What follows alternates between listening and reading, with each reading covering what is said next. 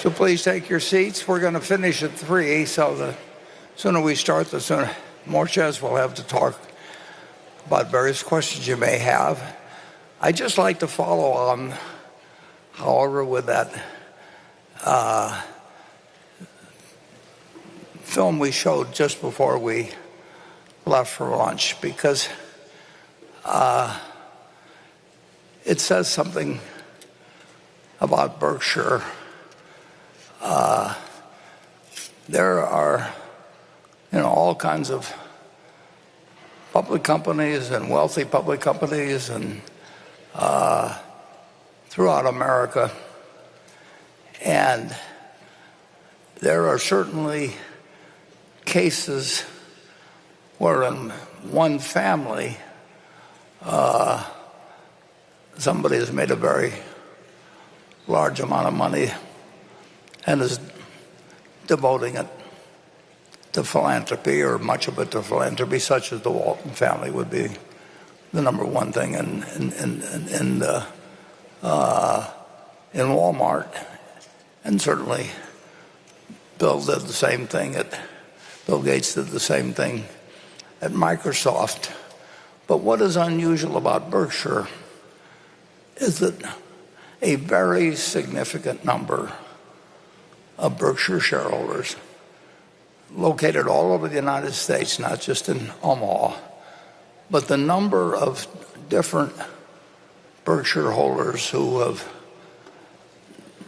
contributed $100 million or more to their local charities, usually with people not knowing about it, I think is many multiples of any other public company in the country. It's not more multiples than Bill's put a whole lot into philanthropy,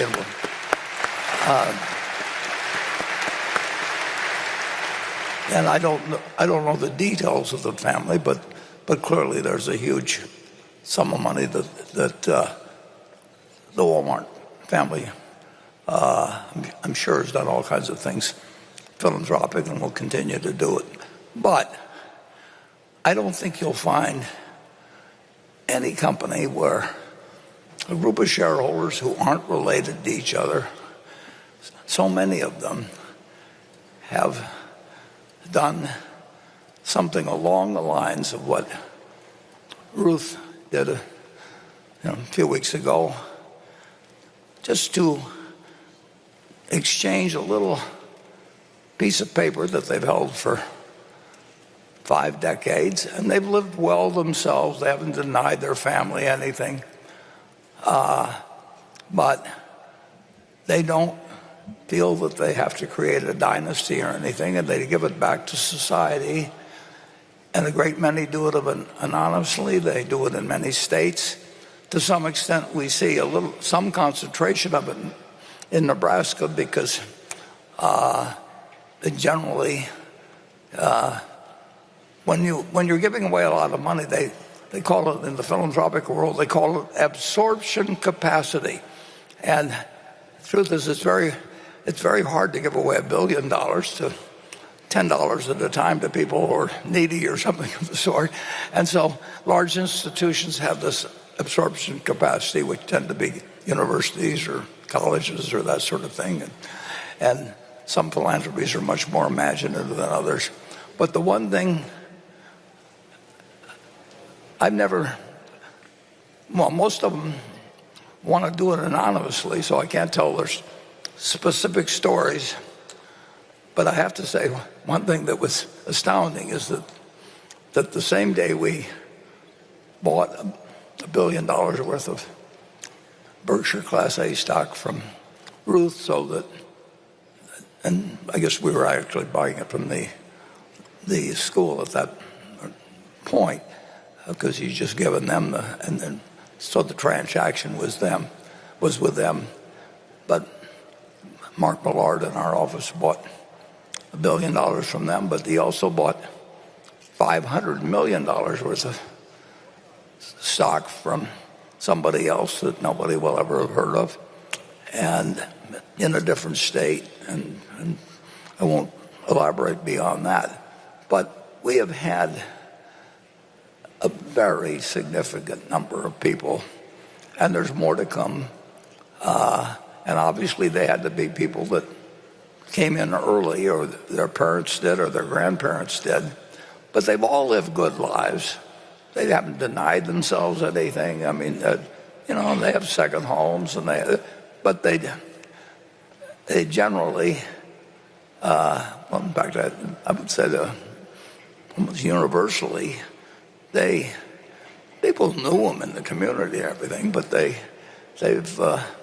they've used what they accomplished, what they saved. They denied themselves consumption themselves. That's what savings are, is consumption deferred.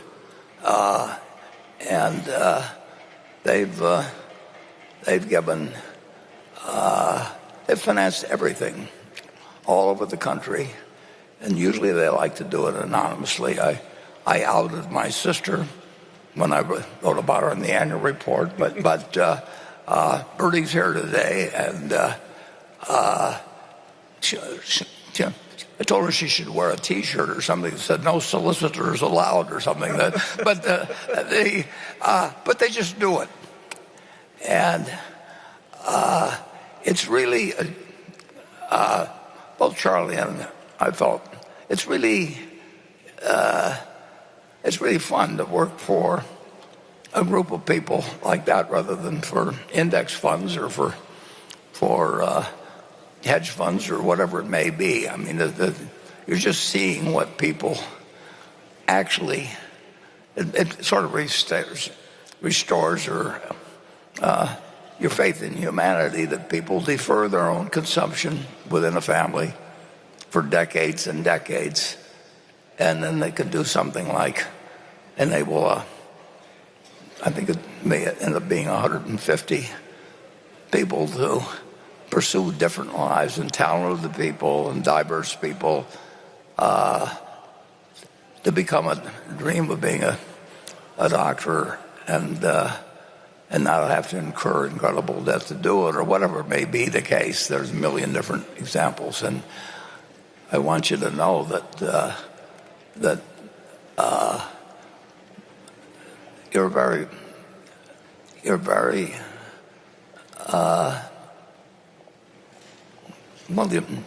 a unique, actually, group of shareholders among public companies, as far as I know, in terms of the way you've deferred your own consumption while living fine to help other people, and it takes a lot of years, but it can really amount to something very substantial. And what Ruth did was, at roughly my age, she looked at a little piece of paper which actually was a claim check on the output of others in the future, and she said, instead of the output being for her, that the output would be for a continuing stream of people for decades and decades and decades to come that were having a different life in the pursuit of becoming doctors than they otherwise would have. And Berkshire has been, of course, her husband Sandy contributed substantially to Berkshire's record. Sandy was a wonderful partner to have, so there was both input by him, and then there was deferred consumption by his family, and then there was ultimately this final gift to Albert Einstein. And like I said, the same day, there was only $500 million. It'll go to in a different way, but it's happening all over, and I don't think any companies like that. So I just want to tell you that it's inspiring to work for a group of shareholders.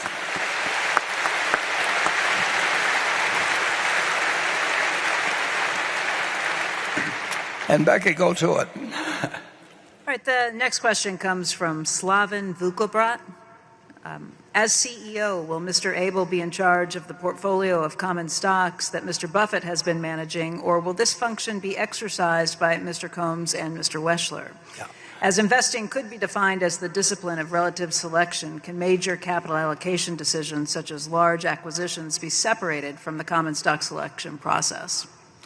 Yeah, I would say that decision actually will be made when I'm not around, and I may try and come back and haunt them if they do it differently. But I'm not sure the Ouija board or they will get that job done. So that job, I'll never know the answer on whether it get covered. But I feel very comfortable about the fact that it will be made by a board that they've got loads of brain power. They've got a dedication to an unusual institution. And they will figure things out. But I would say that if I were on that board and we're making the decision, I would probably, knowing Greg, I would just leave. I would leave the capital allocation to Greg, and he understands businesses extremely well. And if you understand businesses, you understand common stocks. I mean, if you really know how business works, you are an investment manager. How much you manage, maybe just your own funds or maybe other people. And if you really are primarily interested in getting assets under management, which is where the money is, you don't really have to understand that sort of thing. But that's not the case with Ted or Todd, obviously. But I think the responsibility ought to be entirely with Greg. The responsibility has been with me, and I farmed out some of it. And I used to think differently about how that would be handled, but I think the responsibility should be that of the CEO, and whatever that CEO decides may be helpful in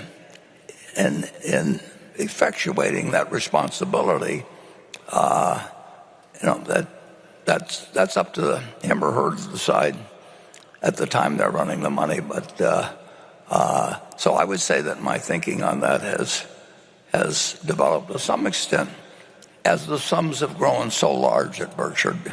And we do not want to try and have 200 people around that are managing $1 billion each. It just doesn't work. I think that when you're handling the sums that we will have, you've got to think very strategically about how to do very big things.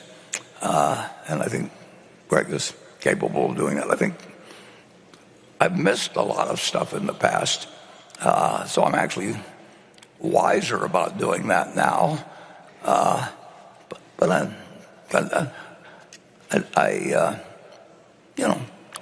would do it better this time around than 2008 and 9 if something akin to that happened. But it won't be exactly like 2008 or 9. You can be sure of that. But you also can say that there will be times when having huge sums available extremely quickly, maybe it'll be once every 5 years, maybe it'll probably be more like once every 10 years or something. But as the world gets more sophisticated, complicated, and intertwined, more can go wrong. And there's no sense going through here and exploring the possibilities of the different things that could happen. But you do want to be able to act when it happens. And I think the chief executive should be somebody that can weigh buying businesses, buying stocks, doing all kinds of things that might come up at a time when nobody else is willing to move. It wasn't that people didn't have money in 2008. It's that they were paralyzed, and we did have the advantage of having some capital and a willingness to an eagerness even to act, and a government that in effect looked at us as an asset instead of a liability. And I think that all of those qualities will be even more important as our capital pile grows. And so I think Greg may have even more fun than I had in a period when extraordinary things were happening, and we were the logical place to go. You never know whether it'll be next week, next year, next decade, but it won't be a century from now. That is for sure. The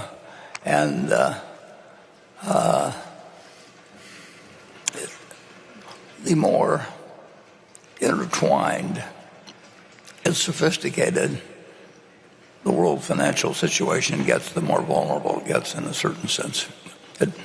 It solves a lot of small problems, but it leaves it more vulnerable to large problems. Greg, does that bother you at all or not? Without directly answering the question, I think there's one important thing is I think as we go through any transition, it's important to know that the capital allocation principles that Berkshire lives by today will continue to survive, Warren. And I think that's what the thing I'd want to communicate, that we have our operating businesses, insurance, non-insurance. We'll provide them the capital necessary to be successful and grow if it's appropriate.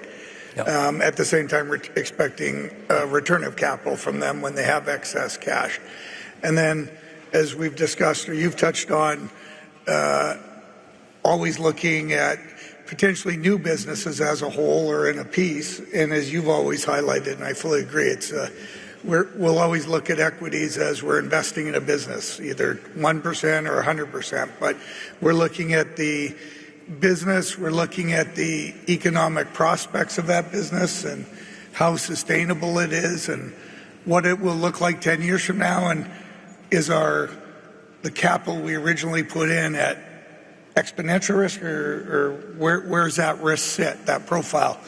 And then, of course, and then we'll obviously have our continue to always put excess cash in the safest investment there is in U.S. Treasuries, knowing we want to maintain that fortress of a balance sheet for two reasons. One, to act, but also to always protect our shareholders. If we want to maintain the position Berkshire is in now, realistically, to ensure it endures. Well, when he says that, it makes me wish I'd stayed around to be number 2 instead of number 1 in this process over the years. It doesn't get more fun than what we're doing, and we're better positioned than ever before. We're not positioned, though, however, to earn extraordinary returns versus what American business generally earns. I would hope we could be slightly better, but nobody's going to be dramatically better over the next century. It gets very hard to predict who the winner will be. And if you look back, as we did a few meetings ago, as the top 20 companies in the world at 10-year intervals, you realize the game isn't quite as easy as it looks. But getting a decent result actually should be reasonably easy if you just don't get talked out of doing what hasn't worked in the past, and don't get carried away with fads, and don't listen to people who have different interests in mind than the interests of our shareholders. Okay, we'll go to station number 1. Hello, Mr. Buffett. My name is Tomo Dröge. I'm from Düsseldorf, Germany. This is my first time out here in Omaha, so thank you for having us here today. So my question is directed to you, Mr. Buffett and Mr. Abel. In 2019, you reportedly made a bid for the IT distribution business, Tech Data, and commented that you understand its role as a middleman. I wonder if you could kindly elaborate on the criteria you look at when evaluating IT distribution businesses like Tech Data and their competitive position. Thank you. Well, we had some experience with distribution businesses, and we know their potential to a degree and their limitations. And Greg, you were involved in that more than I was. So that was a case where there'd been a bid made, and there was a go shop provision, and I think the management probably would have preferred that we buy it. And when we went in with a better bid, the original party raised their bid, and we never make the same offer twice. So, Greg, tell them about it. Yeah, so absolutely. In 2019, we saw Tech Data as a unique opportunity when we saw the other bid and the underlying value of that distribution business. We did, Warren and I were talking, and others made the conclusion we should talk to management. We talked to the team. They were very interested in Berkshire being their long-term owner. And we still saw good value in the opportunity, and we had a good understanding of distribution businesses. We have TTI. It's not exactly identical to Tech Data in that they're very specific to who their customers are and who they serve and supply and who they purchase from, because on the distribution side, it's important to have that input coming in from folks you want their product and you know it's needed on the other side, that there's demand for it. And they had an excellent model. If you think of TTI, for example, Warren's talked about Paul many times and the person who founded this business, but it's a unique business in that our revenues on that business is approximately $10 billion. The average part they sell is a little over 9 cents. 95 billion parts go through their warehouse every year. But it's a model that if you have the right people on both sides of the equation and you understand that well, there's a unique opportunity there. And that is something we saw in Tech Data. And as Warren highlighted, we made our bid. Unfortunately, it was then topped by the original bidder, and we moved on. But we thought very highly of it. Yeah, we've probably seen at least 5 of them in aggregate that over the last 3 or 4 or 5 years. It's not a business that you can dream about because it's a decent business, but for example, many of the items that the manufacturer they don't want to tie up their capital. You tie up, if you have, 1 million plus SKUs, as they call the stock keeping units, it's like selling jelly beans or something like that. And you're serving a purpose to a degree, but you don't really, it isn't your product in effect. I mean, you're just a good system for the producer of the equipment to get it to the end user without tying up a lot of capital and being in a business they don't want to be in. And so we understand. But there's no magic to it. There was with TTI, you had a marvelous man running things, and he when you get a marvelous person running something, to some extent, that selects for better people underneath it. Greg and I went to Paul Andrews' funeral a few years ago, and there were 300 people or so there, and there wasn't one person that had to say something particularly nice, but stretched a little bit about the deceased. I mean, everybody. Paul Andrews was the real McCoy, and he was an amazing man, and he behaved wonderfully with Berkshire. I mean, he wanted to do more for Berkshire than Berkshire would do for him. I mean, it was very simple. And you run into those people, and as I say, you run into people that bend over backwards for us, and then some bend over forwards. But that's just the way it is in this world. And we've had quite a few that have bent over backwards for us. And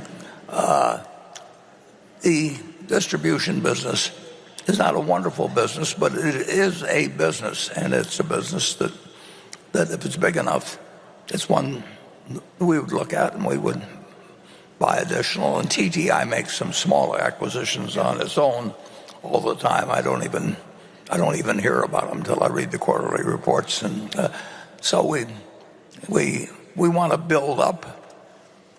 We want to build our businesses in every area that we operate, and we've got unlimited capital to do it. So we're willing to have small acquisitions take place if they fit in with something we already have, but we're not in the business of going out after small acquisitions. And if we did, we would. We just don't have the people for it, and it wouldn't move the needle anyway at Berkshire. So we would have been happy doing the deal that the questioner asked about, but if we don't do it, it just doesn't make that much difference. We want to do it. If we do it, we'll do it well. We'll do it right. They'll have made the right decision. If they don't, we will find something else to do with the money in the end. And we can always buy a little more of TTI for you, the shareholders, by just buying in our stock, too. Mm-hmm. Exactly. Yeah. Okay. Let's see, we need Becky next, don't we? Yeah, Becky. All right, Warren, earlier you talked about selling some of the Apple shares in order to build up your cash supply, and I think it's had a lot of people wondering where you see opportunities or what might be coming or market valuation. So I'll ask this question from Foster Taylor.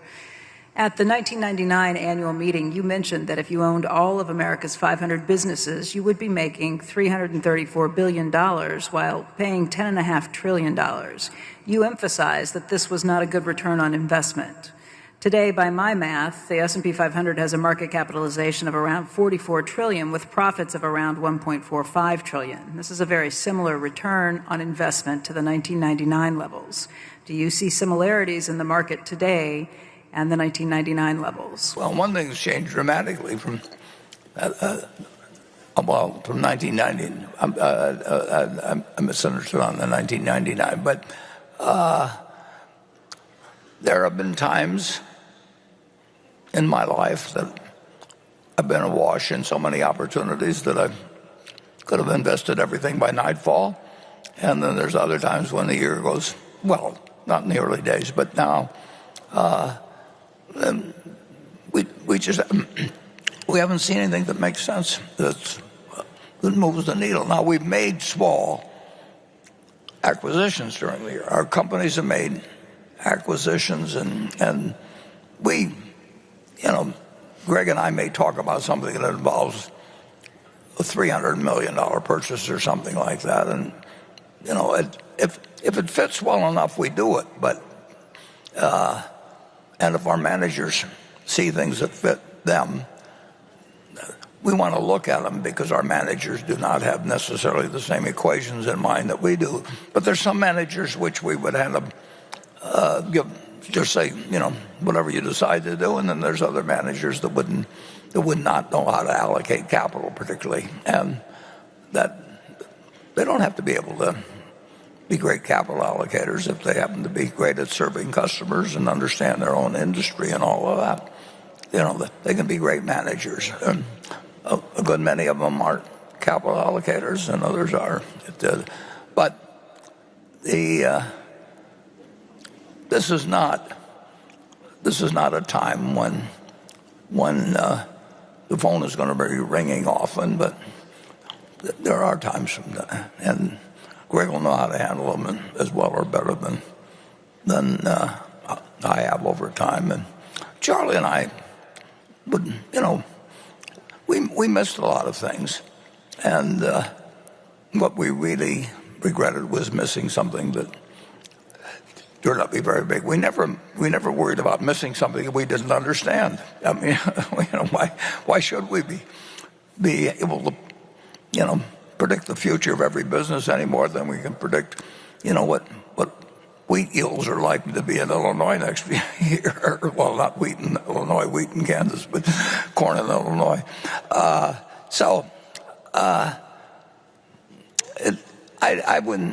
I don't really think of whether it's similar to 1999 because I'm not that good on chronology anyway, unless something really dramatic happened at the time. I mean, I remember things from 2008 and 9 much better than I remember whether something happened in 2015 or 1987 1987 I remember because of October 19th. But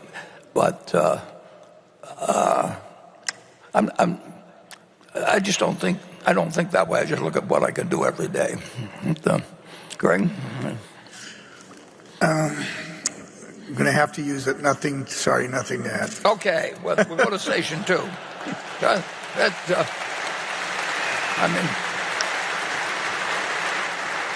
It's nice to know what lines you can get an applause for.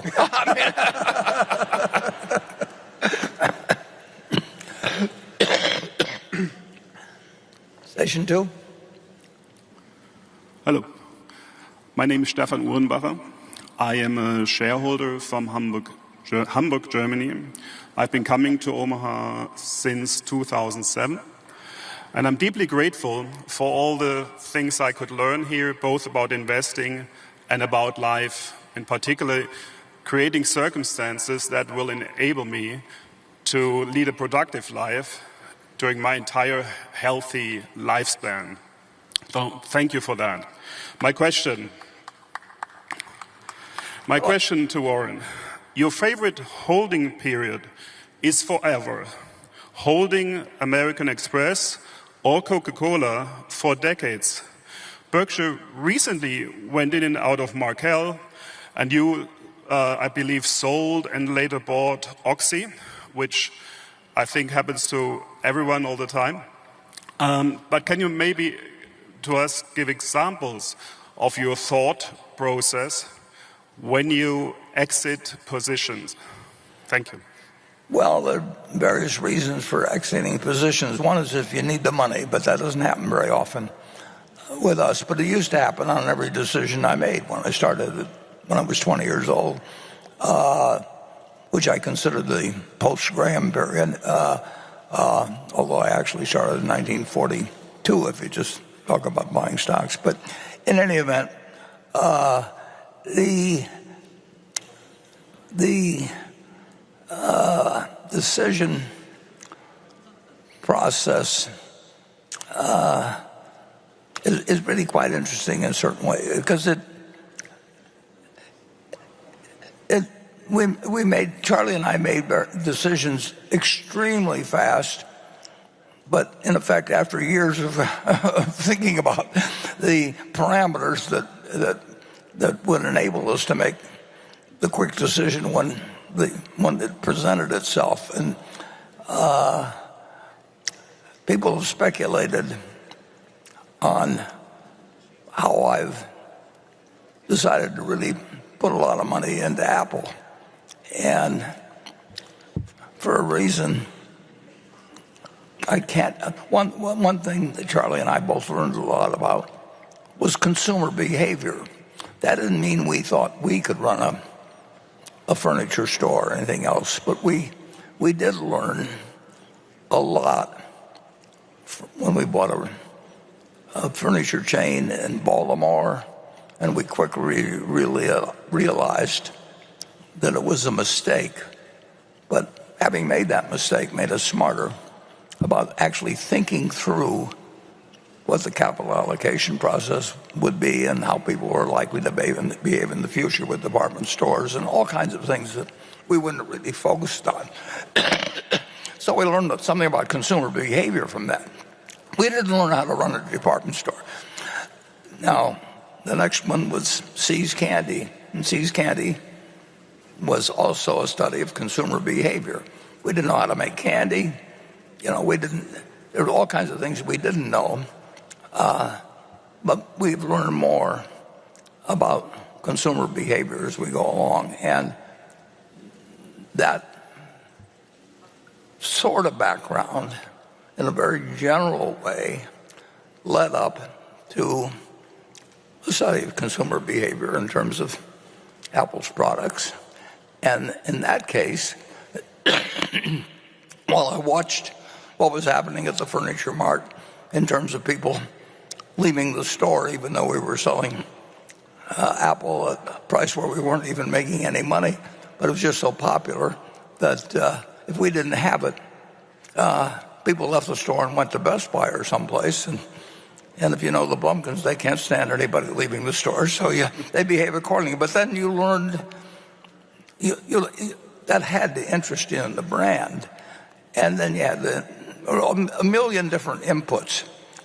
But I think the psychologists call this apperceptive mass, but there is something that comes along that takes a whole bunch of observations that you've made and knowledge you have, and then crystallizes your thinking into action, big action in the case of Apple.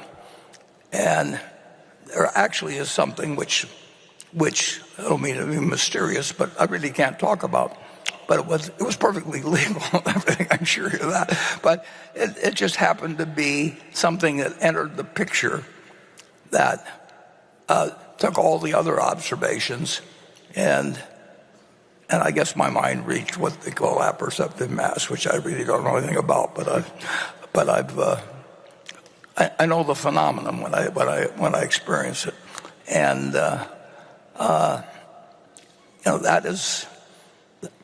We saw something that I felt was, well, enormously underpriced. Maybe I've used this example before, but if you talk to most people, if they have an iPhone and they have a second car, the second car costs them $30,000 or $35,000, and they were told that they never could have the iPhone again, or they could never have the second car again. They would give up the second car, but the second car cost them 20 times what the iPhone did. So now people don't think about their purchases that way, but I think about their behavior. And so we just decide without knowing, I don't know, there may be some little guy inside the iPhone or something. I have no idea how it works, but I also know what it means. I know what it means to people, and I know how they use it, and I think I know enough about consumer behavior to know that it's one of the great products, maybe the greatest product of all time, and the value it offers is incredible. And I think it has, in Tim Cook, I think it has somebody that, in his own way, is the equivalent of a partner with Steve Jobs that could do one thing extraordinarily well, and more than one application, but one thing, and Tim was the perfect partner to serve sequentially with him. So it's you sort of know it when you see it. I actually saw it with Geico when I went there in 1950. I didn't know exactly what I was seeing, but Lorimer Davidson, on a Saturday in 4 hours, taught me enough about what I understood what auto insurance was, and I knew what a car was, and I knew what people went through people's minds. I knew they didn't like to buy it, but I knew they couldn't drive without it. So that was pretty interesting. But he filled in all the blanks in my mind as I sat there on that Saturday afternoon. And every now and then it happens. Why do you have this? The person you met, there are all these different potential spouses in the room, and then something happens that you decide that this is the one for you. I think was it Rodgers and Hammerstein that Some Enchanted Evening wrote about that. Well, our idea of an enchanted evening is to come up with a business, Charlie and me, and there is an aspect of knowing a whole lot and having a whole lot of experiences, and then seeing something that turns on the light bulb. And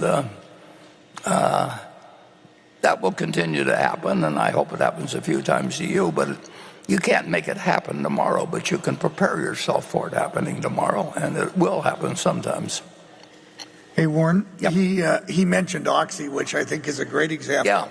Where you made the original decision basically on a weekend with some thought, but as the more you learned about Oxy and the asset position they had, their ability to operate in an exceptional manner, and then a strong CEO around capital allocation, I think your confidence in which was reflected in continuing to acquire more shares is sort of that type of process. It's exactly to the point. I mean, I just learned more as I went along. I learned enough. I'd never, I'd heard of Occidental Petroleum. Occidental Petroleum happens to been a descendant, not a descendant, but it's a continuation of City Service, which was the first stock I bought. And of course, I knew a lot about the oil and gas business, but I didn't know anything about geology. And so I knew the economics of it. I had a lot of various things stored in my mind about the business, but I never heard of Vicky until, I guess it was a Friday or a Saturday, and we met on Sunday morning, and we made a deal. But that was one sort of deal. And then as time passed, all the kinds of different events happened, and, Icon came in. I mean, there are a million things you couldn't predict at the start. And I formed certain opinions as I went along, but then I learned more as I went along, and then at a point when I heard an investor call that Vicky was on, it put things together for me in a way. It didn't mean I knew I had a sure thing or anything like that. I don't know what the price of oil was going to be next year, but I knew that it was something to act on, so we did. And we're very happy we did, and we still don't know what the price of oil is going to be next year, and nobody does. But I think the odds are very good that it was, but not a cinch, that it was a good decision. And we've got options to buy more stock, and when we get through with it,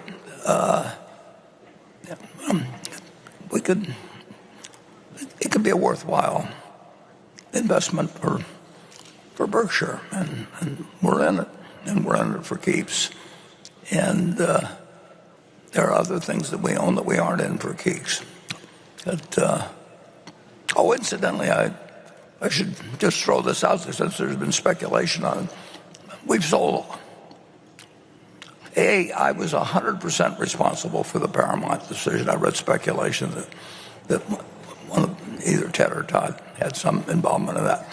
No, it was 100% my decision, and we sold it all, and we lost quite a bit of money, and that happens in this business too.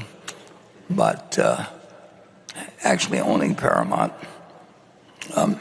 made me think even further. I like to think deeper, but I certainly thought harder even about the whole question of what people do with their leisure time, and what the governing principles are of running an entertainment business of any sort, whether it's sports or movies or whatever it might be. And I think I'm smarter now than I was a year or two, a couple years ago, but I also think I'm poorer because I acquired the knowledge in the manner I did.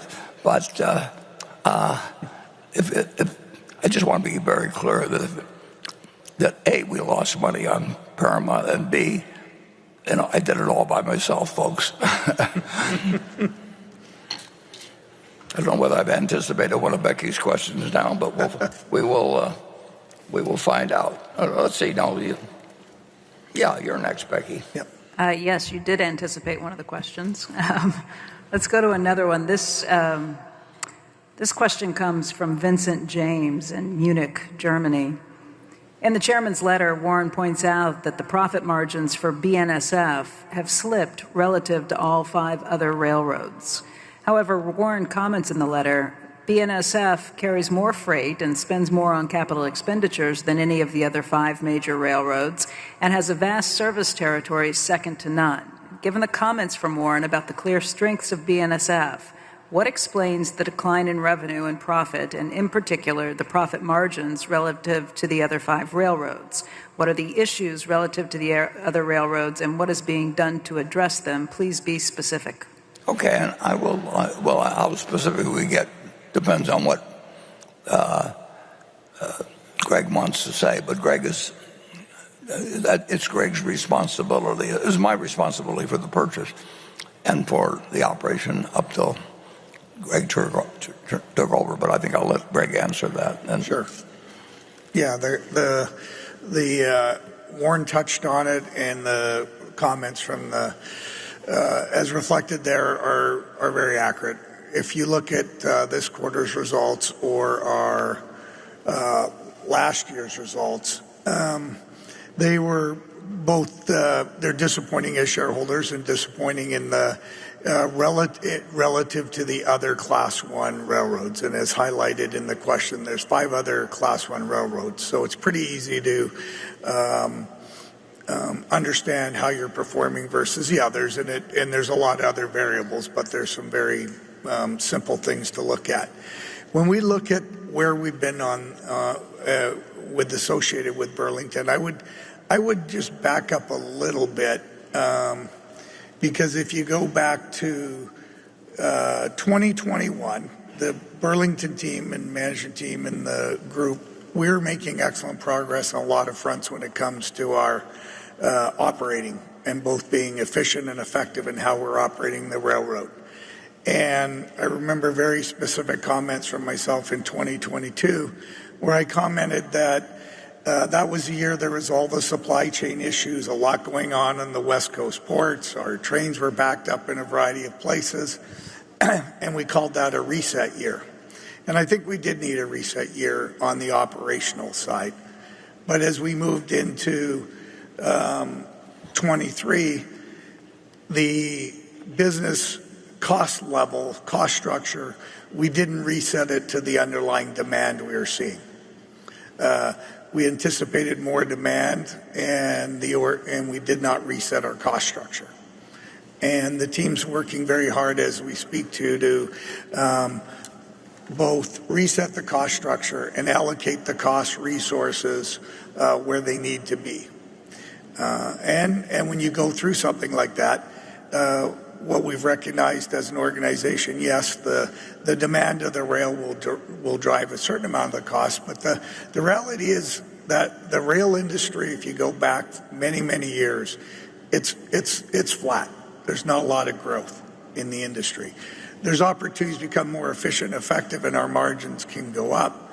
But the reality is the demand's going to be flat, but it does move within different sectors of the rail. It can be in the consumer products, it can be in industrial, it can be in ag, but overall it's generally going to be relatively flat. So we need to get our cost structure right, and we need to get it right both for the coming year, but for the long term.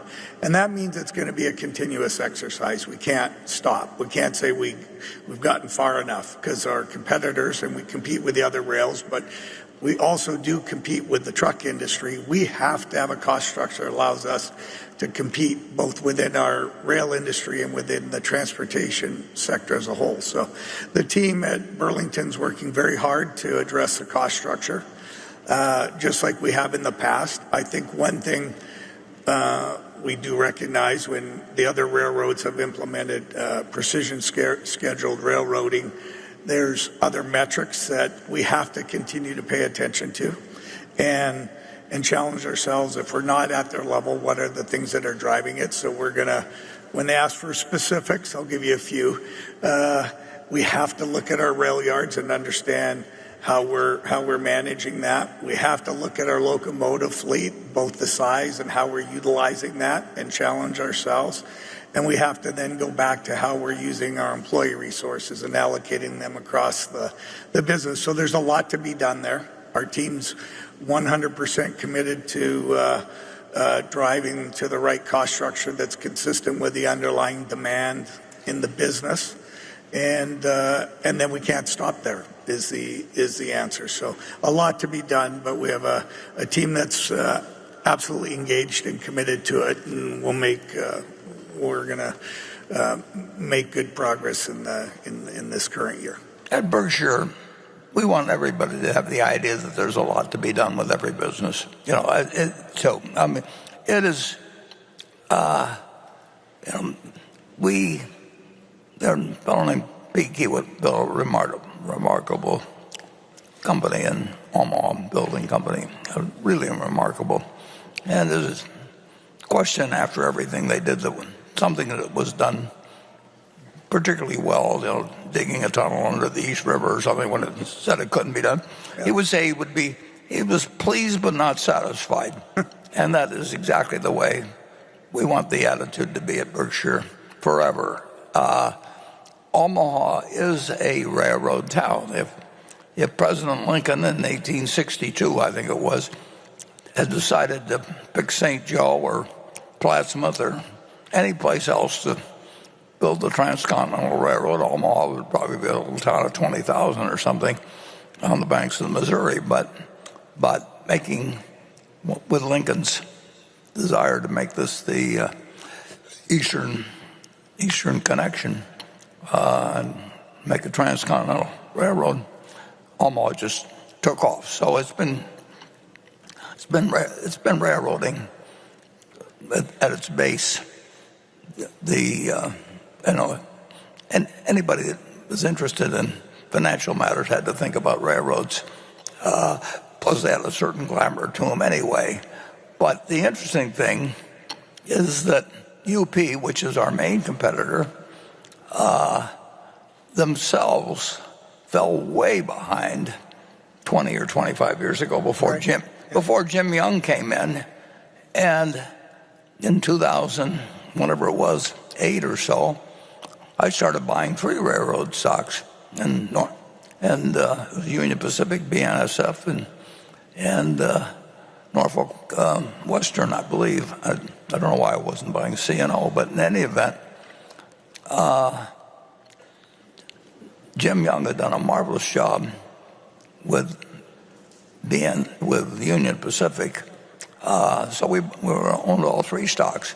But what we did in 2009 is we were able, well, we already owned 22% of it, but overall it was $35 million, $1 billion, which was a significant part of our capital. We were able to put it to work in a business we liked, and there's certain tax advantages that come in terms of making money in something that's more than 80% owned, but call it 100% owned in this case, versus making it through stocks. So it has a net benefit to us from making the same amount of money owning one of the other railroads by owning all of the railroads, and we got $35 billion out during a recessionary period. I think that was the worst quarter, the third quarter of 2009, maybe that the rails had had for a long time. So it's worked out. Actually, it's worked out very well, but it's because we were putting out capital in 2008 and 2009, and if we put money in anything, we'd have made a lot of money. But it's more satisfying, and it's actually better in certain ways, tax-wise, to make it from something that's 100% owned than a whole bunch of 5% or 10% owned businesses. We're, as I mentioned in the annual report, railroads are absolutely essential to the country. That doesn't mean they're on the cutting edge of everything. They're just essential to the country, and that's why the government, I think they took them over one time, and they negotiate what our labor settlements will be and everything. And if you shut down the railroads of the country, it would be incredible, the effects. And they would be impossible to construct now. I mean, look at what's happening in California when they're trying to build a line. I mean, everybody's worried about the environmental effect of every mile, and what will happen to the various species of birds. Can you imagine the rail system of the United States being built? It would take decades unless a war was on and the government took over things and just ordered them. You can't create it. So we love owning a business like that. It's going to be around 100 years from now. Won't be the best growth business in the world at all during that period, but it'll be essential. And what it earns in its relation to its replacement value is a pittance. But we'll do fine in terms of what we paid for it, and we'll distribute substantial amounts in relation to what we paid to Berkshire in a very tax-efficient way. And so when the question is, what are the issues relative to the other railroads? It wouldn't have been the end of the world if we bought the Union Pacific and Jim Young had stayed alive to run it for us. That would have been great too, but we had the opportunity to buy BNSF, and it's been good for them, and it's been good for us, and we think it's a very important asset to the country. And I just hope we can find something in other industries where it makes as much sense as that, where we can put a whole bunch of money to work at an advantageous time. So let's go on to Station 3. Is that correct or not? Yeah. Okay. Good afternoon, Mr. Buffett, Mr. Abel. My name is Sirapop Wu, a resident of New Zealand, but originally from Thailand. This is my first time in America and the first time attending the meeting.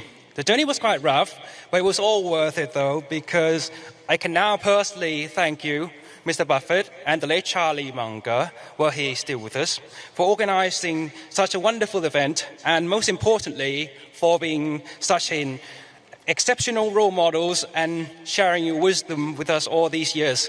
So thank you. Well, thank you for coming. So here's my question for you, Mr. Buffett. Towards the end of 2018, you mentioned that you guarantee you could make a 50% annual return if you had to start again with under $1 million. The question is, if tomorrow you woke up in the body of your body. 20-year-old American. Your body. But that's fine. And your name was now Warren a la carte. And you had some money to invest on a full-time basis. What method or methods would you use to achieve that return? Would it involve flipping through 20,000 pages of Moody's manual or similar publications? Yep. Or finding, to find cigarettes? Or would it be hunting for great companies at a fair price as Mr. Munger would? Or would it be a combination of both, with opportunity cost serving as the final arbiter of which method to use, given that your investing opportunity has now broadened significantly? Thank you. Good question. I'm glad you came. And the answer would be, in my particular case, it would be going through the 20,000 pages. And since we were talking about railroads, I went through the Moody's Transportation Manual a couple of times. That was 1,500 or 2,000 pages, or probably 1,500 pages. And I found all kinds of interesting things when I was 20 or 21. And I don't imagine there's anybody here that knows about the Green Bay and Western Railroad Company. But there were hundreds and hundreds of railroad companies, and I like to read about every one of them. The Green Bay and Western, in those days, everybody had a nickname for for railroads. I mean, that was just what Northern Pacific was, the Nipper, and Phoebe Snow was one of them in the East that used to go up to Cornell. And the Green Band Western was known as grab baggage and walk, and GB&W. And they had a bond that was actually the common stock, and they had a common stock that was actually a bond. And, that could lead to unusual things. But they wouldn't lead to unusual things that would work for you with many millions of dollars. But if you collected a whole bunch of those, which I set out to do, and actually that's what impressed Charlie when I first met him, because I knew all the details of all these little companies on the West Coast that he thought I would never have heard of. But I knew about the Los Angeles Athletic Club or whatever it might be, and he thought he was the only one that knew about that, and that became an instant point of connection. So, to answer your question, I don't know what the equivalent of Moody's manuals or anything would be now, but I would try and know everything about everything small, and I would find something, and with $1 million you could earn 50% a year. But you have to be in love with the subject. You can't just be in love with the money. You really got to just find it like essentially like, people find other things in other fields because they just love looking for it. A biologist looks for something because they want to find something. And that's built into.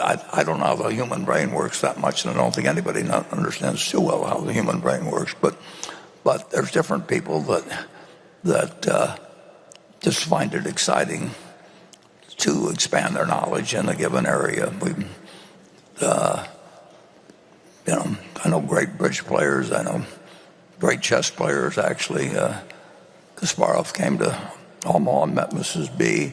I've had the luck of meeting a lot of people that are unbelievably smart in their own arena and do some unbelievably dumb things in other areas. So all I know is the human brain is complicated, but it does its best when you find out what your brain is really suited for, and then you just pound the hell out of it from that point. And that's what I would be doing if I had a small amount of money and I wanted to make 50% a year. But I also wanted to just play the game.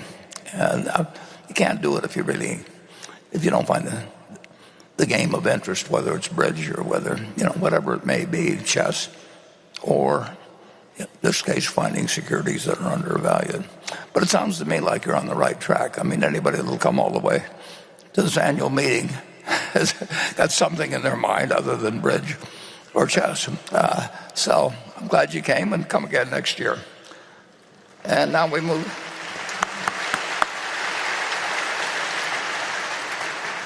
Now we move to Becky. This question comes from Denny Poland, a shareholder from Pittsburgh. When describing the principal agent problem, Mr. Munger said that capitalism often works best when the people managing the property also own the property. In recent years, agents of pension funds and asset management firms who do not have significant personal ownership stakes in Berkshire have forwarded proposals that were not in the economic interest of shareholders. What can be done to limit the negative influence of these agents in the decades after you're no longer able to cast significant votes against them? Well, that's a very perceptive question, and it's been answered in a temporary manner, but who knows how the situation will develop in the future. All I know is that you have a wonderful hand at Berkshire Hathaway, but you have to be able to think your way. I mean, obviously, you have to think your way through political realities, or you have to think your way for what will cause you want to be regarded as an asset to the country, because you'll find more solutions if you are an asset you owe to the country anyway. But beyond that, you'll find more solutions than if you're regarded as evil or something. And worse yet if you deserve it. So it's something that's constantly in our mind, and it needs to be in the mind of the directors. And they need to think for themselves on this rather than bow to conventional wisdom, which, in a sense, you don't want to become a cynic about life, but almost everybody that approaches you, if you have tons of resources, has got some interest in figuring out how to use your resources to their advantage. And that's true whether they're in politics or whether they're in investment banking or whether they're selling you, whatever it may be that they're selling. I don't want to do any injury to anybody, but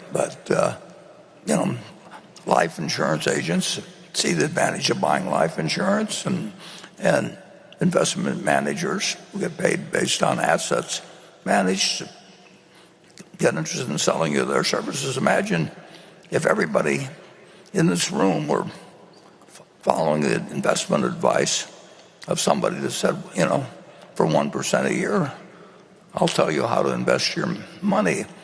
And in 1950, when we started in 1965, they would have said, well, buy Berkshire Hathaway, and if they were around now and they still had their 1% deal, they'd be collecting $8 billion a year from people who aren't getting any dividends from us. So they would have a different interest in the kind of contract they worked out with you than you would have. And the best thing to do was just pay them a commission one time and own the stock. But you have to be alert to what human nature does to both other people and to you. And then if you think it through well, and you actually listen to what Charlie has told you, you'll have a big head start on most people. Charlie, there's one thing that I should mention that really is terribly interesting about Charlie. Charlie knew the importance of psychology and human behavior and incentives and all of that. He figured that out very early. And, of course, he gave some talks even on, 25 or so ways, whatever it happened to be. I don't remember the exact number, but the different ways that one person could take advantage of another by understanding how humans behave. And then, after doing a magnificent job of explaining it, he believed in understanding what others would do, but he thought it was beneath him and to actually use those methods to manipulate people. Now, it's a really interesting human being that thinks through the psychology of human behavior and figures out, how you become a great insurance salesman or manager on Wall Street or accumulative assets under management or whatever it may be. And you get very rich by understanding the weaknesses of others to some extent, and then decide that it's very important for you to recognize these when they occur. It's very important for you to know them better than the person that actually is using them, but you don't have to stoop to using them yourself. And Charlie told me that in his lifetime, after he figured this out, there were a couple of times when he used them. He wasn't proud of it, but he also never lied to me. So he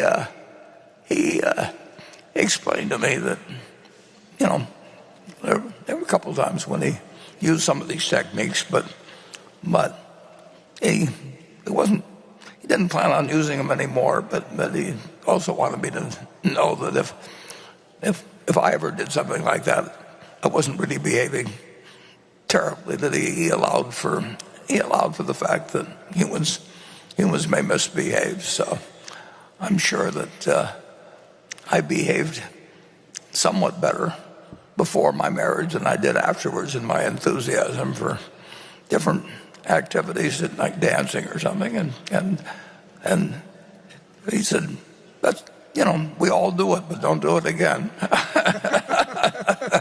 And so that's part of acquiring human wisdom. And speaking of human wisdom, we've just got that one book out there by Charlie. Poor Charlie's Almanac, and that's worth reading 3 or 4 times. I think I read Ben Graham's book about 5 or 6 times, and each time I read it, I realized that I just needed to think a little more deeply about certain things. They weren't complicated or anything, but it's better to, if you've got some great instruction like you get with Charlie, it's better to read it several times than to just figure you'll just read every book once and it's in the library. Okay, let's go to section 4. Jeff Robelier from Tulsa, Oklahoma, and I'm thinking of Dr. Graham, Mr. Munger, your father, and my question is for all of us, but it's probably especially for the younger people in the room, the importance of picking the right heroes in life, choosing friends wisely, and maybe tell us a story, if you could, about each of those folks. Thank you, sir. Well, there's no question you're 100% right in terms of having the right heroes. And, you're lucky if you get them. I mean, Charlie had them, I had them. And the interesting thing, my sister is here today, my younger sister that with the 2 survivors, and we both experienced having the same hero, even though as we grew older, we saw that we didn't agree with plenty of his ideas, but we did agree with his values and motivation.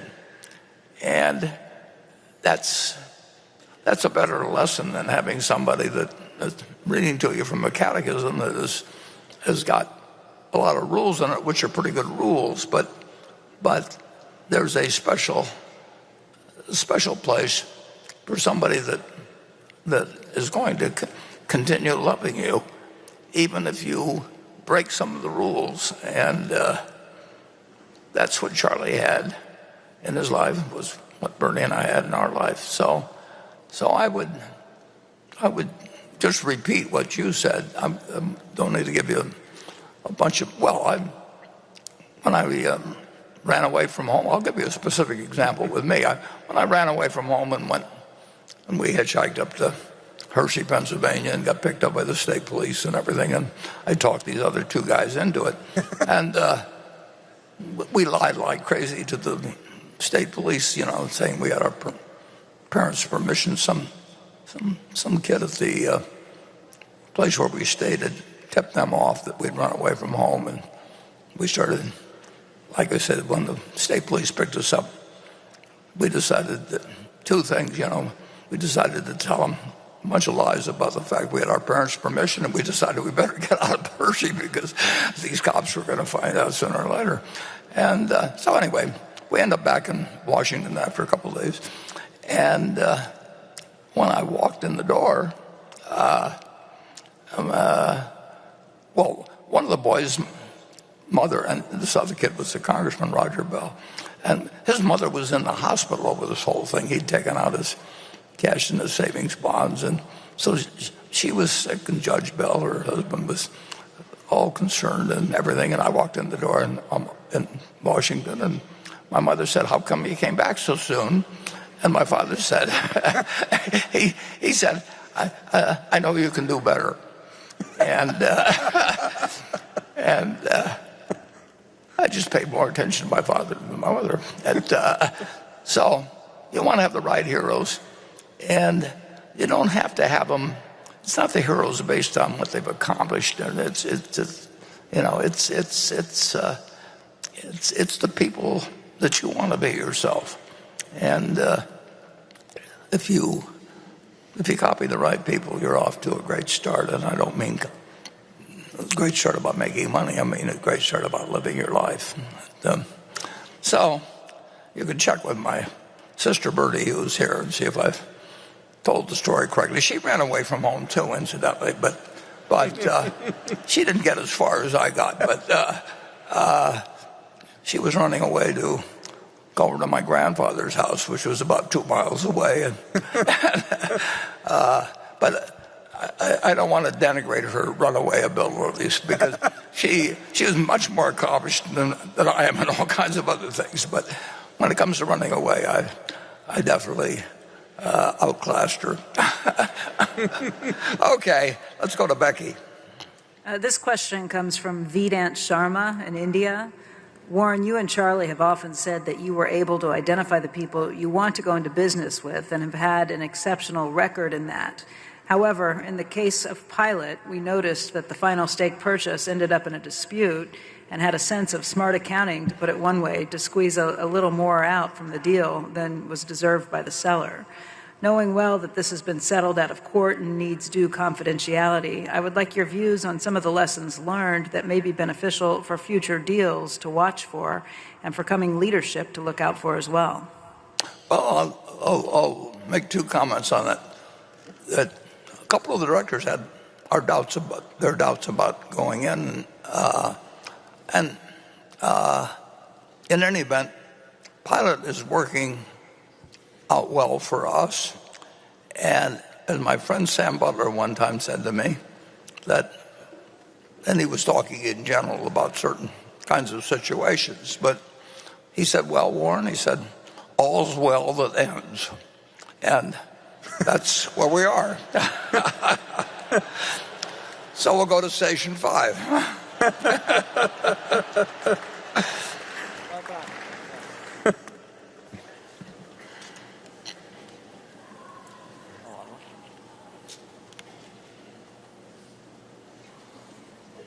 Well, while we're getting to station 5, I'll tell you a little bit more about the fellow that is now running Pilot, and who you may have met here, that Greg had known for a long, long time. And he grew up in Omaha and came from a poor family and was raised by his mother. Right. And I went to the same high school, public high school, that my wife went to, North High. Went to University of Omaha. Set an all-time record in rushing yardage, playing there. He was a bouncer. Yes. Drafted by the New York Giants, as I remember. But, exactly. Yeah, and but then injured, actually in spring training, as I remember, in some way. And so he ended up being an intern, not an intern, but a trainee, you might say, for Mid-American before I was there. And now here he is, still relatively young, and he's running a huge company, and we've got incredible confidence in what he will do, and we like very, very, very much the business that was created by Big Jim Haslam, and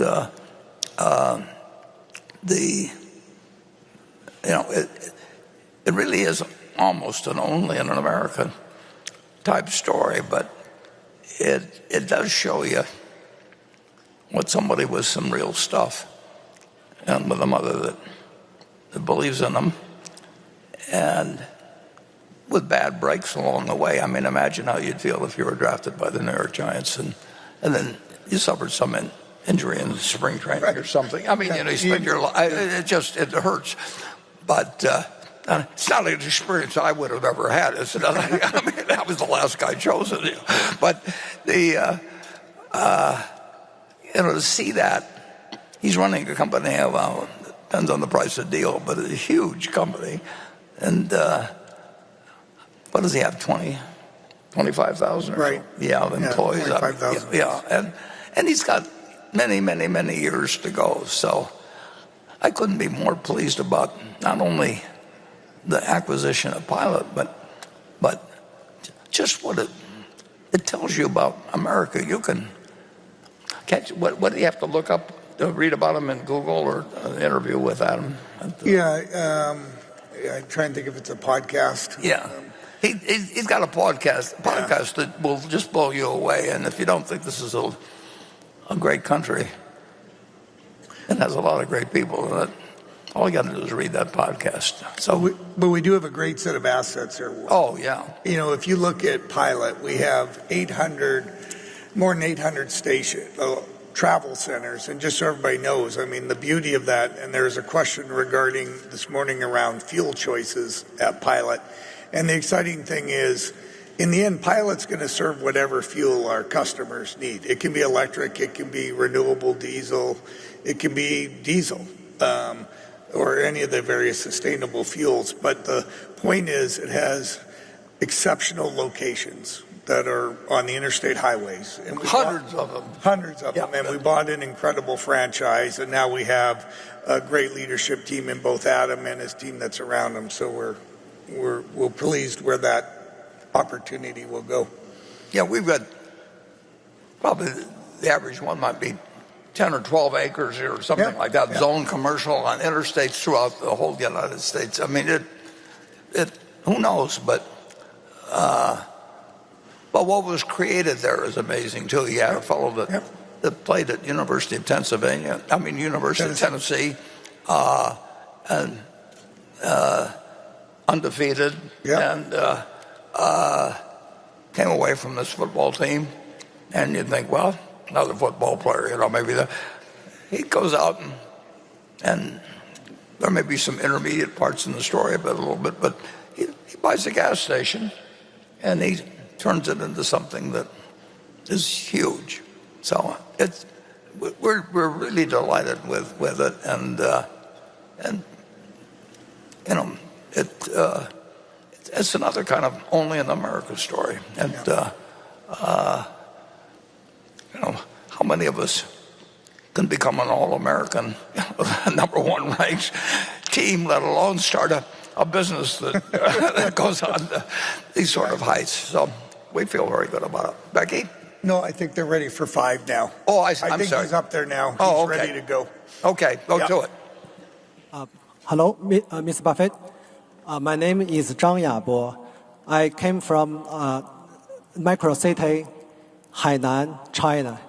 So I want to express my sincere gratitude for you, for the extraordinary value you generated for shareholders, and the positive influences you've had on younger generation of investors like us. And my question relates to the concept of maximizing the duration of compounding. As individuals age, the quality of compounding inevitably diminishes.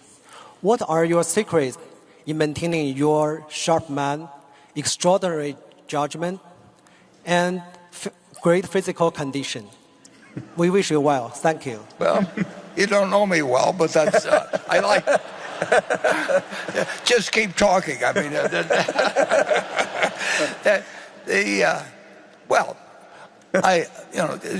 you have to be just plain lucky. I mean, there's no question about it that there's 100 or 1,000, multiply a number of times that some drunk could have pulled out of a car and broadsided me, or just all the bad luck that you can have in life. And you can say that my great skill has been avoiding bad luck, but that isn't a skill, that's luck, or bad activities. And then to get to be, I would not have been if you'd taken my high school class and you say, a couple of you are going to live to be 90, men are going to live to be 93. I would not have been a heavy favorite, I can tell you that, and I wouldn't have bet on myself. But you just now you should make the most of your luck when you get it, and sometimes I've done that, and sometimes I haven't. It is absolutely true that if I had it to do over again. There'd be a lot of different choices I would make. Whether they would have ended up working out as well as things have worked out, it's hard to imagine how they could have worked out any better. But it is interesting how many mistakes you can make if you just keep going. And Charlie, we used to talk about that you just soldier through. You just keep going. But you still need luck. You don't want to, anybody that says I did it all myself is just kidding. I mean, they're delusional. And, actually live in a country where the life expectancy is pretty darn good, so that alone is a huge plus. I was born, if I'd been born, my sister's here, and she was born female, and she's just as smart as I was and everything, but even my own family, who really did, well, particularly my dad, love us all equally, and in a terrific manner. But he still told me that this is 10 or, well, I was born 10 years after the 19th Amendment was passed, but he basically told my sisters, that marry young while you still have your looks, and he told me that the world, that power in you is new in nature, and that you really could do anything. Well, I found there were a lot of things I couldn't do, but the message given to females and males was incredibly different by the most well-meaning and loving of parents. Like I say, in 1930, I mean, it had been that way for millions of years. It's changed quite dramatically, but obviously not completely. But during my lifetime, but it's been during the latter half of my lifetime. If you take my sisters, if they'd been born even 5 or 10 years later, they still would have been, getting instructions when they went away to college to be sure and get married, or get arranged so that you're going to be married, while you're in school, because after you get out, all the good ones are taken. Bertie was telling me that was a message that basically had been imparted to a lot of the women she had met, obviously. And so it really, it's extraordinary how much progress we've made, but it's unbelievable how long it took to get it made. I mean, it really does make you wonder about, we've got all these heroes from American history and all the wonderful things they did, but how could they say all men are created equal and then write a constitution that women, allowed women not to be able to own property, and depending on the state, I mean, just terrible conditions. But anyway, that's how you learn about what the humans can do.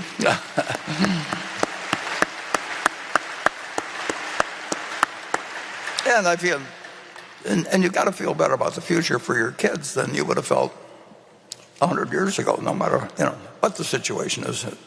Anyway, we'll move to Becky. This question comes from Linda Frazier in Westport, Connecticut. Dear Mr. Buffett, in the past you've specified that 90% of your wife's inheritance be invested in a low-cost S&P 500 index fund and 10% in short-term government bonds. But the market cap of the Magnificent 7 tech stocks now represents more than 1/4 of the market cap weighted S&P 500 index, which seems like a big bet on the tech sector. I was wondering if you would now recommend investing some portion of the funds in a low-cost, equal-weight S&P 500 index fund rather than having all of the equities exposure in a tech-heavy market cap-weighted fund. Well, that's an interesting question, and I will tell you that I revise my will about every 3 years or so, and I get little thoughts from time to time, and then you don't change it every time you do it. You get a tiny thing, but the one section I haven't changed is that with my wife, that she she got left a huge amount of money by practically anybody's measurement except a pittance compared to what I've accumulated in total. And it won't make one bit of difference to her in life, whether she beats the S&P or anything else. All I want to leave is plenty of money to take care of way beyond anything she'll ever spend, and at the same time give her as much peace of mind as possible, and really make it so that the trustee who administers it doesn't have to worry about whether it just doesn't make any difference whether she beats the S&P or not. And the main thing is that she feels that she's in a financial position, which of course she will be, that she doesn't even need to think about it, and the trustee doesn't have to worry about getting sued or anything else. So it's simply not an economic condition now. Obviously, with 99% plus of what I have going to philanthropy, and I've got my 3 children. The one good thing is that they've, at the age of 70, 69, and 65, they have matured remarkably, probably more than their father, and but at the same time, they've got less time to work with the money than they would if they were 50 or something like that. So you do the best in accomplishing your objectives in your will, and in the end, you don't know what's going to happen after you die, but you make sure that to the extent that you leave, you have a lot of money to leave. You want to say thanks to a lot of people, and quite a few people in terms of specific requests. You want to take care of your family, but in my case, that requires practically no money, and a fair amount for taxes, but I have, and my children are in charge of what happens to the funds that are left. But like I say, the problem is when you live as long as I have, and your kids get older, who knows what happens with mortality tables, and they're the ones that I really want to see handle the distributions, and they will, and they'll be very good about it. And but if we're all alive 3 years from now, they'll be 3 years older, and so everything, you can't solve everything in life. You do the best you can with it, and people do interesting things. I've been around probably as many rich people as almost anybody, and a fair number of them, I know what they're doing or have done with their funds. And the idea that you can have a huge amount of money and leave everybody very rich and have people liking each other less when it all happens humans are really they are interesting to watch. Some of them handle it beautifully, and others are terrible. The one thing lawyers will always tell you is don't use codicils. In other words, when you change your mind on a will, just write a new one, but tear up the old one. Don't do it by just adding codicils. But I believe I'm correct. Certainly read it, that Paul Getty, who was the richest man in the world, presumably, at one point in the 1950s or 60s, and it's a very interesting guy to read about. And he had five wives, and he's the one whose grandson was kidnapped, and they sent Paul Getty an ear of the child and everything. I mean, it's not a happy life when you get through it. But the one thing he did that was kind of interesting, he actually liked to use codicils, because I think he had like 25 of them, and it was kind of his way of writing, well, I'm taking you out of the will because, and so he he sort of delighted in explaining through his will how he felt about all these people. I mean, you really get some strange things revealed in a will. I just read about a will of a fellow that made a whole lot of money and was leaving it to his, I don't know whether his children, grandchildren, whatever it may have been, but in any event, his opening line in his will is, and this was done some years ago, but I know something about the family. His opening line, in effect, said, I'm writing this will while I'm writing in the economy section of Eastern Airlines number such and such. I mean, he believed in getting right to the point of what the people who were recipients, how they should live, and he was going to be judging them. And it's just so damned interesting to watch people's wills. But one guy left a lot of money to his wife on the condition that she remarries so that at least one man would mourn his passing. Well, I'm not giving legal advice here, as they always say, but I feel very, very, very good about how things have turned out, and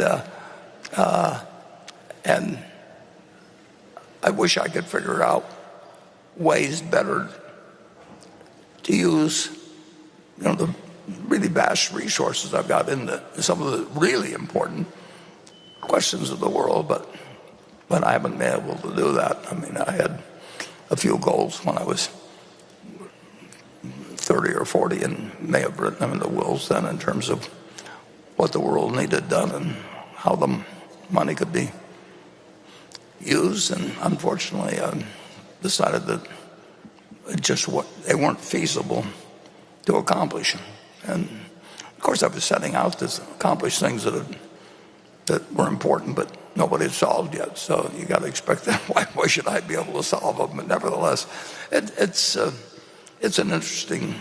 And the one thing about it is everybody here, I don't know about the ones that have come from other countries, but you should have a will.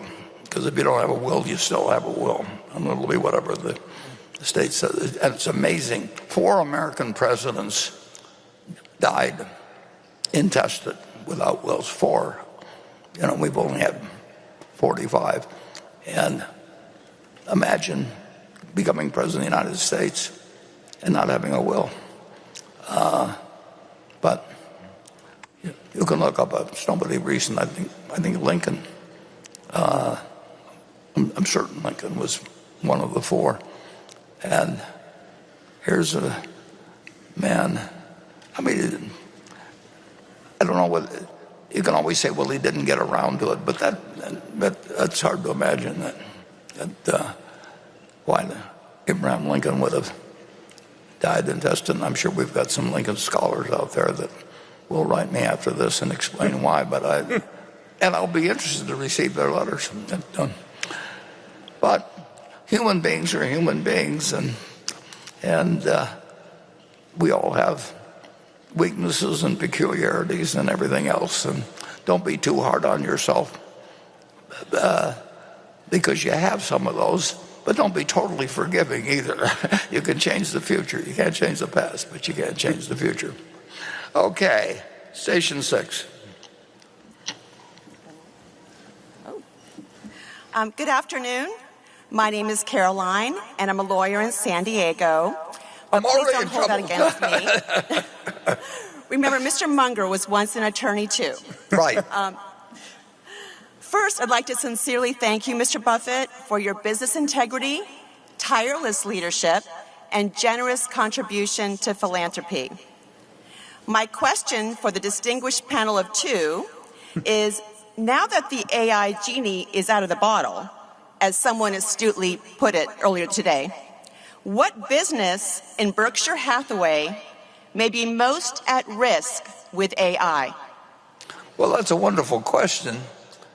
The problem is I really don't know anything about AI, but obviously, anything that's labor intensive and that it can create an enormous amount of leisure time. Now, what the world does with leisure time is another question. Whether more leisure time, I know an awful lot of people think when they go to work at first that what they want is leisure time, and what I like is actually having more problems to solve. But AI is profound, and I mean, that's what makes it. It makes it a genie, is what can happen.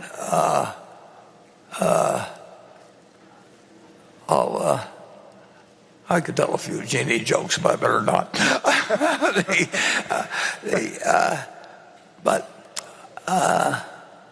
I guess, Warren, we probably... I don't know what, in terms of our businesses, they'll figure things out.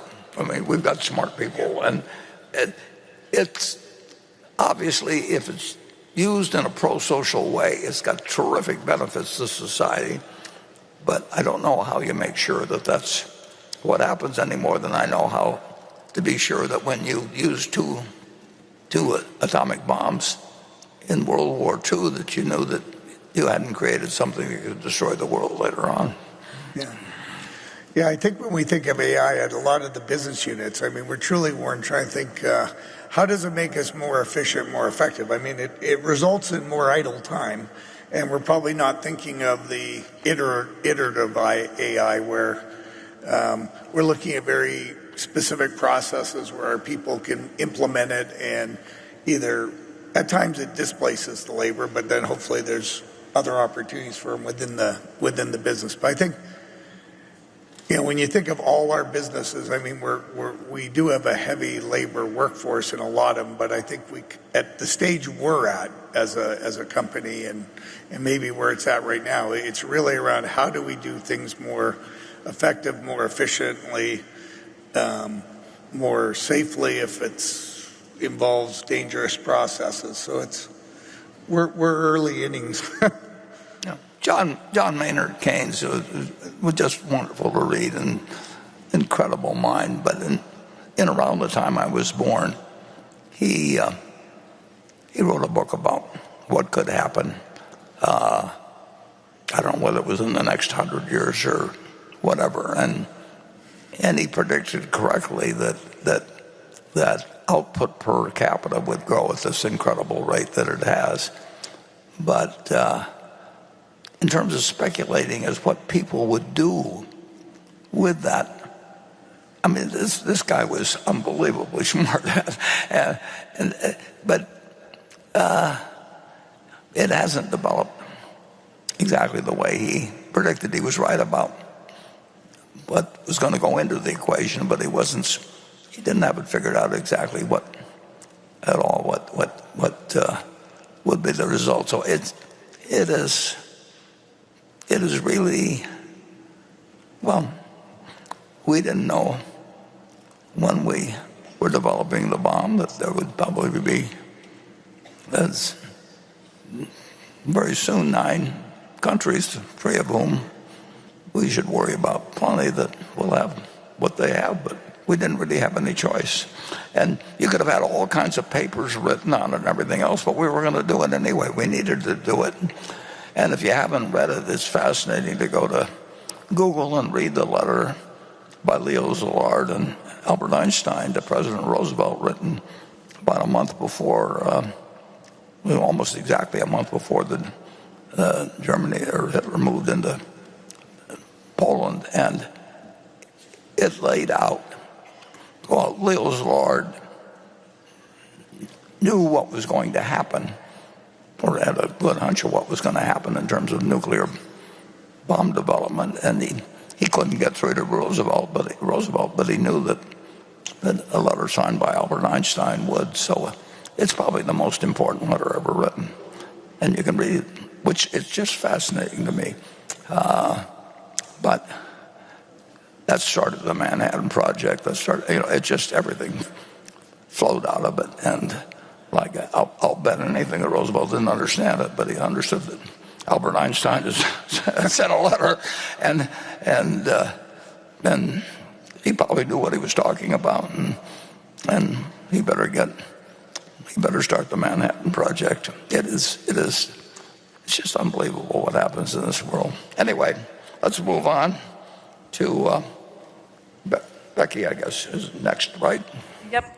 Randy Jeffs from Irvine, California. The March 25th, 2024 Wall Street Journal reported that the Treasury market is about 6-fold larger than before the 2008-2009 crisis. Do you think that at some point in time, the world market will no longer be able to absorb all of the U.S. debt being offered? Well, I would say, the answer, of course, I don't know, but my best speculation is that U.S. debt will be acceptable, but for a very long time, because there's not much alternative. But it won't be the quantity. The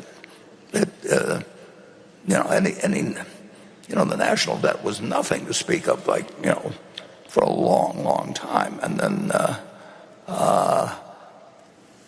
It won't be the quantity, it'll be whether in any way inflation would get let loose in a way that really threatened the whole world economic situation, and there really isn't any alternative to the dollar as a reserve currency. And you get a lot of people who give you a lot of speeches on that, but that really is the answer.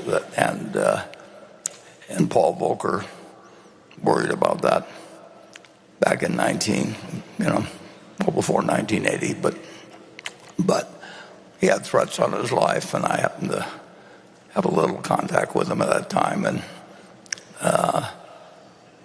he was an amazing, amazing fellow that in effect decided that he had to act, or the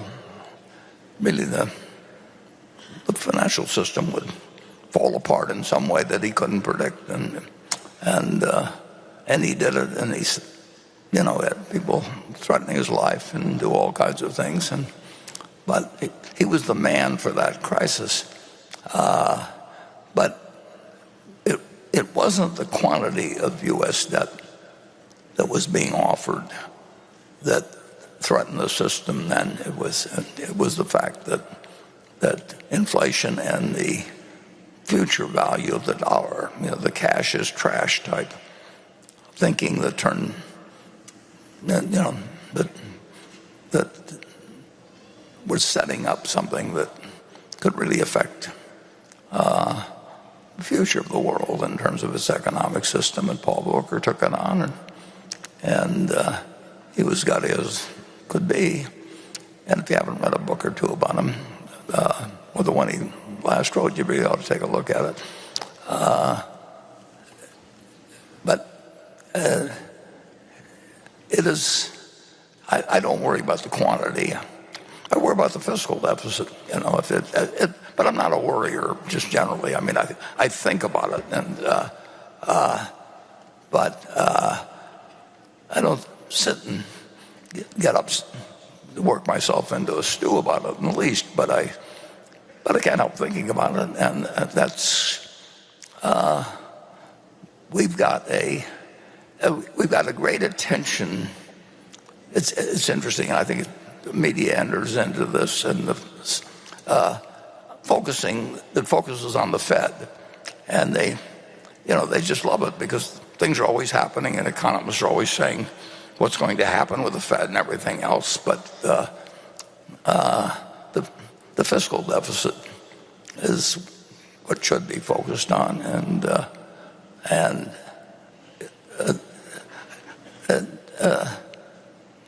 Jay Powell is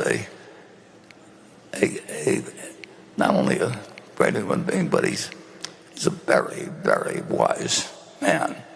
But he doesn't control fiscal policy, and every now and then sends out a kind of a disguised plea for, please pay attention to this, because that's where the trouble will be, if we have it. Yeah. As one of the comics used to say, there was a stand-up comic who used to say, "Who have I forgotten to offend?"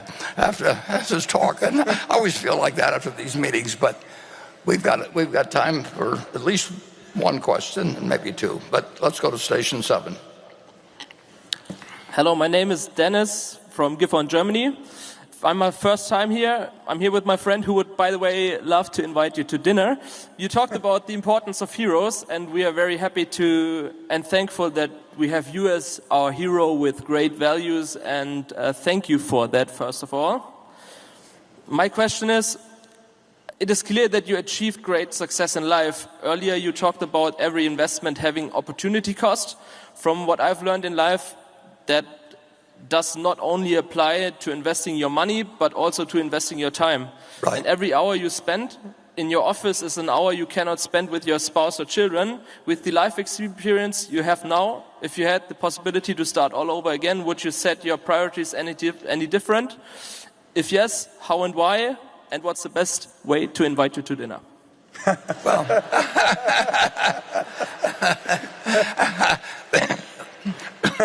well, that definitely won't be one of my priorities if I figure out how to. But that doesn't, don't take it personally, because when you can figure out at the maximum how long a period I've got, and I don't think. I can figure out all kinds of things that should have been done differently, but so what? I'm not perfect. I don't believe in lots of self-criticism or being unrealistic about either what you are or what you've accomplished or what you'd like to do. You do a lot of things, and who knows whether somewhat different trade-offs,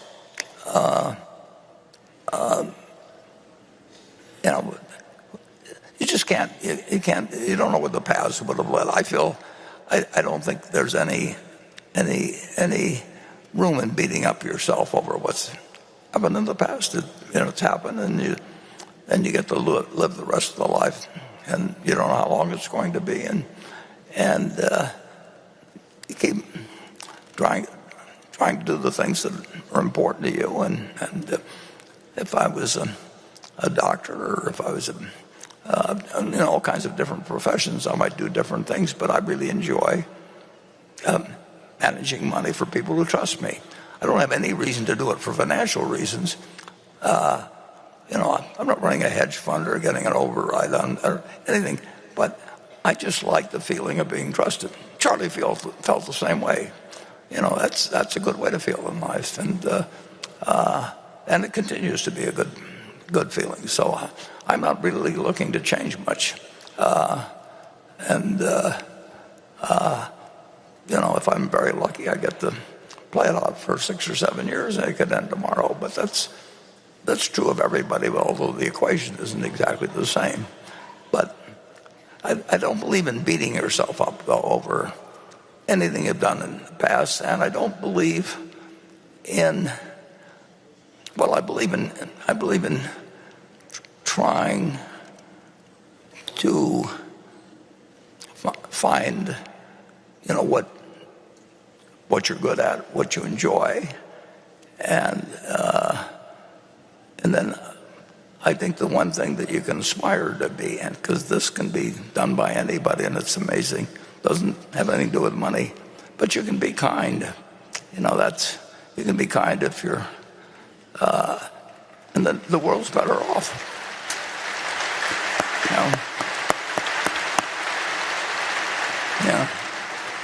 I'm not sure that the world will be better off if I'm richer, but there's no question that, and kind people, and in the end, aspire to be more, or I'm sure many of you are yourself, but just aspire to be more so. And I guess we can take one more question from Becky, and then we wind up. This question comes from Devin Spurgeon. On March 4th, Charlie's will was filed with the County of Los Angeles. The first codicil contained an unusual provision. It reads, "Averaged out, my long life has been a favored one, made better by duty imposed by family tradition, requiring righteousness and service. Therefore, I follow an old practice that I wish was more common now, inserting an ethical bequest that gives priority not to property, but to transmission of duty."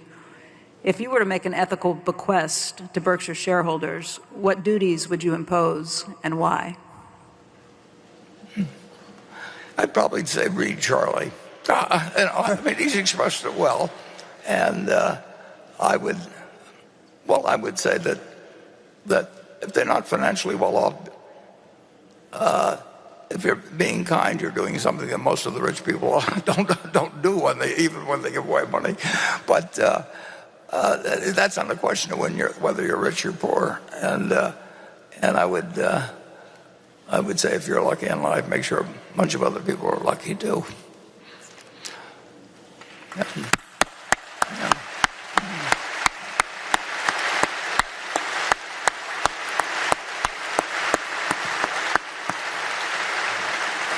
Okay.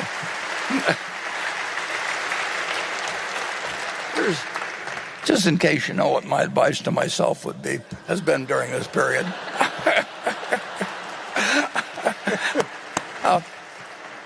So we only got 3 questions or whatever it is. But thank you very, very much for coming.